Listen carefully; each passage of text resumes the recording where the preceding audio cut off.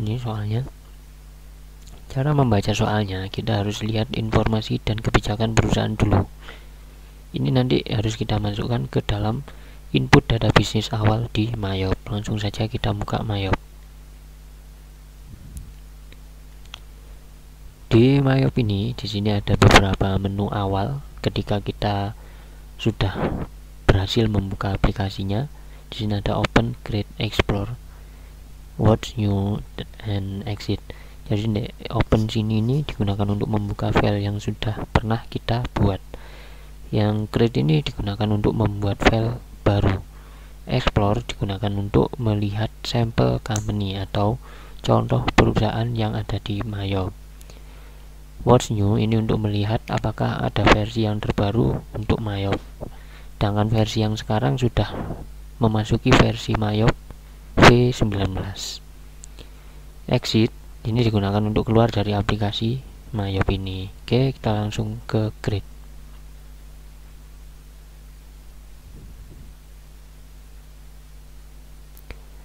Di halaman awal kalian akan berjumpa dengan jendela introduction atau jendela awal ketika kamu mau membuat company file baru. Di sini ada ucapan selamat datang dari Mayop. Welcome to the Mayop New Company File Assistant. Berikutnya kita ke jendela berikutnya, yaitu Company Information. Jendela Company Information ini digunakan untuk mengisi informasi dari perusahaan, mulai dari nama, kode pajak, NPWP, alamat, dan sebagainya. Langsung saja, karena kursornya berada di sini, serial number, maka kita harus pindahkan ke sini, company name. Setelah itu kita lihat soalnya. Di bagian informasi identitas perusahaan dan usaha pokok. Jadi nama perusahaannya di sini PD Buana, kita masukkan ke sini. UEN nomor ini kita kosongi. UNDB-nya kita pakai bisnis. Terus lalu berikutnya GSD nomor kita masukkan dengan nomor NPWP yang ada di sini. Nih. 02296264104100. Kita coba di copy, bisa apa enggak? Ternyata enggak bisa. Kita ketik aja 02.296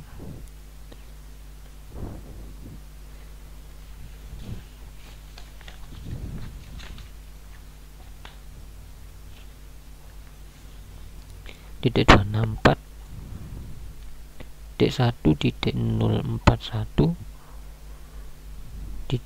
.000. Jika nggak sampai, nggak masalah. Berikutnya ke address. Address kita masukkan alamat yang ada di informasi identitas perusahaan tadi. Ini alamatnya ya, Jalan Yosudarso. Kita masukkan Jalan Yosudarso.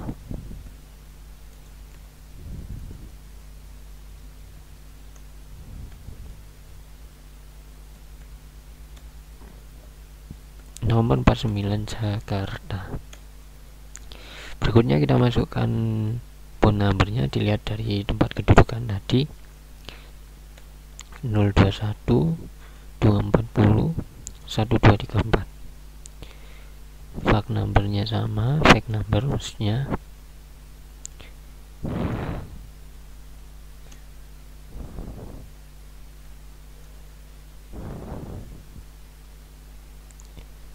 Berikutnya email addressnya di sini bunyinya surat@buana.net. Oke, setelah kita mengisi jendela company information ini, kita next aja, lanjut ke accounting information.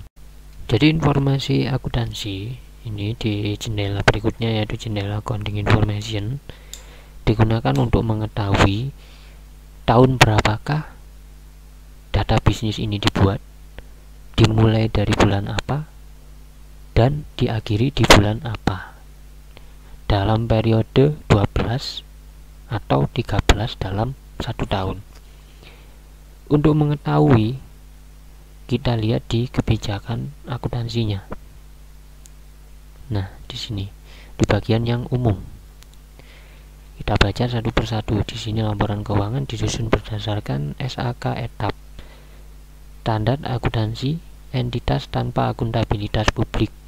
Jadi yang dibuat nanti laporan keuangannya dari laporan neraca, laba rugi, perubahan modal, arus kas, dan catatan atas laporan keuangan. Berikutnya sistem berpasangan dengan dasar accrual basic. Jadi di sini pakai double entry, double credit, dan accrual basic. Berikutnya yang C, periode akuntansi tahunan dimulai dari 1 Januari sampai 31 Desember. Dari sini kita tahu berapa periode atau berapa bulan dalam 1 tahun akuntansi. Dari Januari hingga Desember yaitu ketemunya 12 bulan. Jadi kita pakai nanti 12. Berikutnya pada setiap akhir tahun disusun neraca saldo. Jadi nanti di setiap akhir tahun di 31 Desember ini harus menyusun neraca saldo. Berikutnya jurnal khusus dan jurnal umum untuk mencatat transaksi. Jadi transaksinya dicatat dengan jurnal khusus dan jurnal umum. Transaksi menggunakan mata uang rupiah atau single currency. Mata uang tunggal yaitu rupiah Rp. Oke, kita lanjutkan. Kita punya dasar data ini 1 Januari sampai 31 Desember. Kita masukkan tahunnya dulu di sini. Kita kembali lagi untuk melihat tahunnya. Untuk melihat tahunnya kita lihat di neraca saldo. Nah, sini. Tahunnya yaitu 2019. Di situ bunyinya 30 November 2019. Jadi di sini kita ketikkan 2019. Last month of financial year, ini maksudnya adalah bulan terakhir dalam 1 tahun keuangan, 1 tahun finansial ini, yaitu Desember. Jika kita menggunakan 13 atau 13, kita bisa pilih menjadi Januari. Di bulan Januari, disitulah perusahaan akan membuat jurnal penutup dan pembalik. Berikutnya conversion month. Conversion month ini adalah bulan berjalan atau awal bulan menginput transaksi. Bisa kita mulai di Desember karena transaksi mulai diinput bulan Desember. Bisa kita mulai bulan November karena terdapat saldo awal di bulan November. Jadi lebih baik kita menggunakan bulan November saja agar saldo awal bisa terinput juga. Jadi kita pakai sesuai dengan yang ada di neraca saldo. Ini 30 November 2019. Ini kita pakai 12 karena dari 1 Januari sampai 31 Desember. Lanjut. Tampilan berikutnya adalah tetap di accounting information. Di sini kita disuruh untuk mengkonfirmasi apakah sudah benar data informasi akuntansinya. Please confirm your accounting information. Jadi kita baca ini sudah sama dengan dipisahkan apa belum. Ini dari 1 Januari sampai 31 Desember. Conversion month-nya kita mulai dari tanggal 1 November. Lalu sudah, itu aja. Kalau sudah benar kita langsung klik next. Di sini kita masuk ke jendela berikutnya yaitu jendela accounting account list. Di sini ada 3 pilihan untuk pembuatan akun. Pertama, I would like to start with one of the list provided by Mayop Accounting. Jadi ini pembuatannya, kita membuat akun dengan memulai berdasarkan akun yang disediakan oleh Mayop. Yang kedua, I would like to import a list of account provided by my accountant after I'm done creating my company file. Jadi di sini kita bisa mengimport akun, tapi kita juga bisa membuat akun berdasarkan akun yang disediakan oleh Mayop setelah kita membuat akun sendiri untuk perusahaan kita. Jadi kita pakai yang nomor 2 karena kita akan membuat akun dan juga mengimpor akun jika dibutuhkan. Berikutnya yang ketiga, I would like to build my own account list once I begin using Mayop accounting. Jadi di sini kita membangun sebuah account list berdasarkan Mayop accounting yang sudah tersedia. Ini sama, cuman bedanya yang di sini nggak bisa import, yang sini bisa import. Maka kita pakai yang kedua.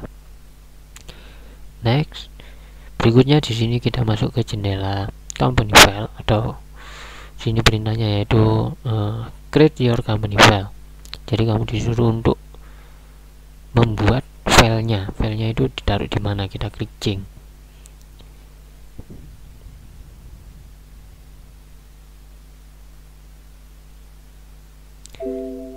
Oke, misal saya taruh di dokumen.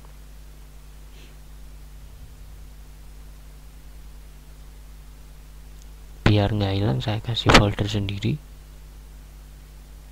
Kita klik new folder di sini.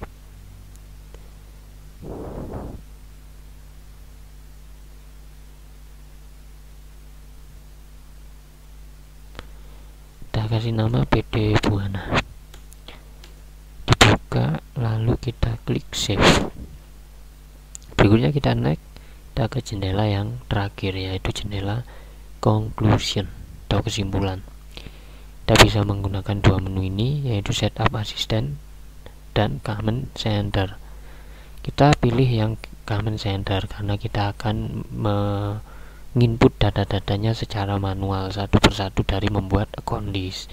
Setup assistant ini digunakan untuk cara cepat untuk menginput data-datanya. Jadi nanti kita lebih baik menggunakan yang command center. Oke, berikutnya kita klik command center. Ini adalah halaman command center di Mayop V18. Ini namanya adalah modul account, banking, sale, purchase, inventory, dan card file.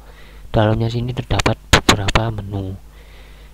Di sini juga terdapat beberapa menu yang disediakan oleh Mayop. Oke, setelah kita masuk ke sini, langkah berikutnya adalah kita akan membuat account. Caranya dengan klik account list.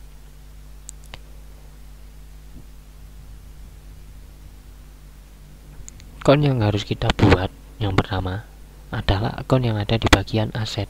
Kita klik tab aset nih. Di sini sudah tersedia 3 akun. Akun yang kita gunakan adalah ini dan ini. Untuk akun yang ini kita tetapkan aja, nggak usah dihapus. Jadi pertama yang harus kita lakukan adalah membuat headernya dulu. Kita klik new. Kita ganti di sini header account. Ini kita pakai aset karena kita membuat akun yang ada di aset. Nomornya kita lihat dari soalnya di bagian daftar akun nih. Di sini terdapat header, current asset, dan fixed asset di asetnya. Jadi kita buat itu. Nomornya tadi 1000, namanya current asset. Kita langsung klik new. Nomornya 2000 tadi, yaitu namanya fixed asset. Oke, lalu kita klik OK. Setelah itu kita harus merubah akun-akun yang ada di tab aset ini.